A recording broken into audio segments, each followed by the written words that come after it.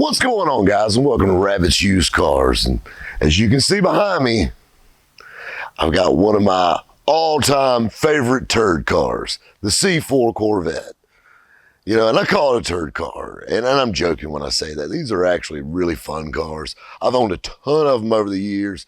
The stories for days in cars just like this one, you know, whether, you know, my VinWiki story about the one that was caught on fire on the inside, or my other VinWiki story about, you know, riding around Indianapolis in one of these cars without a VIN plate on it with a, well, I don't kiss and tell, but let's just say, I guarantee 98% of you guys have had her daddy's catalog in your hand at one time.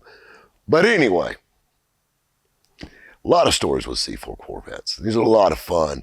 This one's a little special. You know, you got to think about it. They made the C4 from 1984 to 1996. This is a 1996, and the C4 Corvettes got better every year. When they first came out, they were okay, but they really, by 1996, these cars have come just full circle. Suspension handling, you know, drivetrain wise and all that. This car's equipped with the top dog in 96, the LT4 with a 6-speed transmission in it. The LT4 was offered in the Grand Sport Vettes and just a small handful of these collector's edition Vettes and in your 6-speed manual cars. And basically GM was burning off extra stock by turning these motors because they knew the new body style of the C5 and the LS was coming out the next year. So they burned them out in these cars. But the collector's editions are really rare because there's only 751 of these cars made. And this was an extremely low mile example that was sold new in Hawaii. Still has the Hawaii title. We literally just yanked the Hawaii plates off of this thing. So that's kind of cool that of that 751, this one was sold new in Hawaii. And I mean, there's probably no more than two. So if you play in the old Barrett Jackson numbers game, you know, 751 of them, probably one or two at the most were ever sold new in Hawaii. And on top of that, I've got one to break them all right here. I guarantee you of that 751, I sold it to a man with one arm. And I know the first thing you're saying, Rob, you just said you sold a 6-speed Corvette to a man with one arm. Yeah, I did. Probably not my proudest moment, but if you ever try to eat a Corvette, just saying, you got to do what you got to do. But that being said, it's a good friend of mine.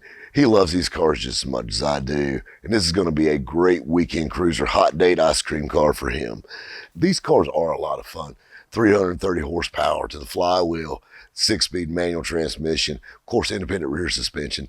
These cars handle, they look the part, they got great power. The LT4 was a phenomenal engine, super hot in its day, an extremely desirable car.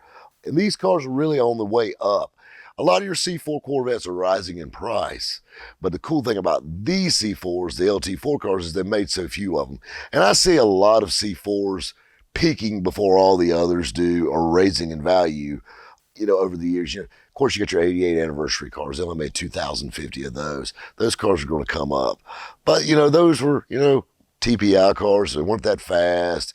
They had the Doug Nash 4+3 transmission in it, which was okay at best. As far as a driver's car, this is about as good as it gets next to the ZR1s. And I'll be honest with you, when you start seeing those LT5 ZR1s with over 100,000 miles, they like to scatter parts. So they're not exactly a great car to have for the long haul. Well, this old LT4, basically it's just a hopped up LT1. You know, hot computer, cam, heads, intake. That's really about it from the factory. And the biggest thing that gives the LT4 away is these engines, the intakes were painted bright red on them. So you know from a mile away, you've got an LT4 Corvette. You know, we had a lot of fun with this one. I bought this thing in a big group of cars this guy had. And I mean, I liked it because it was a low mileage LT4 car. And I knew they didn't make a whole lot of them. You know, like I said, this guy had several cars. I just bought them. I bought the whole lot. The cool thing with these cars is this is a new collector's car. This is a car you can put collector car insurance on, that you can drive to car shows and cruises. Hell, you can drive it to work still. It's got air conditioning. I mean, hell, it's got traction control, keyless entry. It's loaded out, so you can enjoy it. I mean, if you want to take this car and drive up to the mountains or drive to the beach, you can. And you know, where an old car, you know, I mean, even with the resto mods, they're great, but basically all the resto mods are using all the suspension and everything from cars just like this. So it's kind of the best of both worlds, and at a great price. You know, you can pick these cars up anywhere between $10,000 and $15,000 all day long with good miles on them. And I really think these are the good ones to put back. You know, keep in mind, just a couple of years ago, I was buying Grand Nationals for $8,000 to $12,000 that were absolutely perfect, and those same cars now are $25,000 to $30,000. And I got a feeling these little Corvettes are going to be following suit in the next year or two also. So definitely a good investment car. You can't keep them all, and my buddy, like I said, he loves these cars, and I know it's going to a good home. So definitely going to be a lot of fun seeing this one at the car shows and the cruise-ins all around. And I tell you, we got a short clip. This car when it came in, it was in great shape, been sitting for a little while. Called up my buddy Jordan over at D1 Automotive, and you know, they came down, ceramic coat, polished. This thing is absolutely show ready. I wonder how Richard's enjoying his new Vette. Man, I'll tell you what, I hope he is. I heard he's going on a hot date, which I was kind of worried about him, so that makes me feel better anyway. I hope it goes better than the last 6-speed Vette I sold. Well, you know, I had another 6-speed Corvette. I had a black LT4 6-speed Vette, one a collector's edition. I actually bought the car salvaged. Car actually drove under a trailer. You know, the big ICC bumper just killed the front end on it. I fixed it, drove it, I loved it. That car would fly. We did a bunch of stuff to it, and I drove it for 6-7 months, man. I mean, it's back in my skirt chasing days from way back. My neighbor in my old house, he'd see that thing in my driveway. He's like, man, I'd love to have that Corvette. And this dude just, he could never, like, he had a later model Dodge truck, and he was buried up to his damn eyeballs in debt, and he could never afford it, you know, but he'd come by every time I was washing it or in the driveway and just drool over this Vette. Well, you know, he was always, you know, he's driving this late model truck, you know, but he you know, he's making payments on it, and he's just upside down in it. And then next thing you know, he comes pulling up in front of my house in like a little economy car, like a rental car. He said, dude, you won't believe this. I got a hellacious wreck. They totaled my damn truck. Well, he got this big check from the insurance company, and he bought my little black Corvette. And I got talked out of my car. Yeah, I sold it to him. And, you know, and he drove it. You know, literally, he lived 3 doors down. He pulls it in his garage, and he's waxing it and taking pictures with it and, you know, all that stuff. And, well, you know, he's driving it for a few weeks. You know, I'm going out checking the mail. Boom, Corvette goes by. And, you know, I'm, you know, waving, thinking, thank God it's still running. And, you know, and all this stuff and back and forth. And, you know, next thing you know, I see another little rental car, like a little economy car sitting in his driveway. So I'm out checking the mail, and he stops. He goes, dude, you won't believe this. He shows me pictures. He actually took the traction control off. The same thing I warned Richard about. And I said, these cars have a really bad habit of the ass end passing the front end when you push this button.